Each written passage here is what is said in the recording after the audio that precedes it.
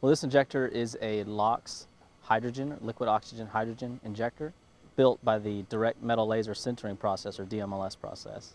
Well, the main thing that we'll be monitoring here will be the combustion chamber pressure, the fuel temperatures for both the liquid oxygen and the hydrogen, and other pressures throughout the system, such as the manifold pressures in the injectors.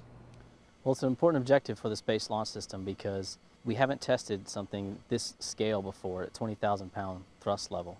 What we want to do is take this test data and compare it to test data for a conventional machined injector and see what the differences are in performance and what kind of flow differences there are. Traditionally, the engine has been one of the longest lead items for the vehicle, and so this process then allows the potential to be able to produce parts much faster and less expensive. We want to build rocket parts and test them with additive manufacturing because it's a new class of fabrication technology that really hasn't been tested out, but the benefits are great in that you can build structures not only that you couldn't build before, but you can build existing structures a lot faster and a lot cheaper.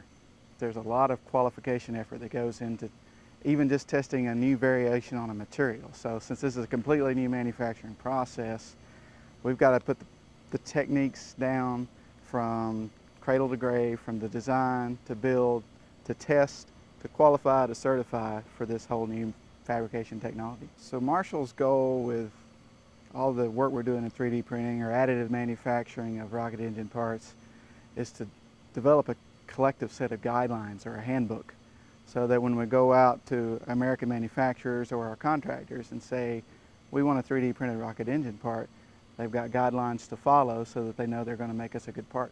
It's not to qualify a part, it's to qualify the process. One of the advantages that the additive manufacturing allows is that it allows designers to incorporate complex internal flow geometry into the injectors that they would not be able to do with conventional machining processes. Conventionally, a part of this size, an injector of this size, would have hundreds of parts, and so the additive manufacturing allows us to do all of that in really 2 parts. And so we want to see, is there any difference in injector performance by consolidating all these parts? Well, this is important for all of liquid propulsion systems because we can determine what parts are going to be feasible to use the additive manufacturing process on a real engine.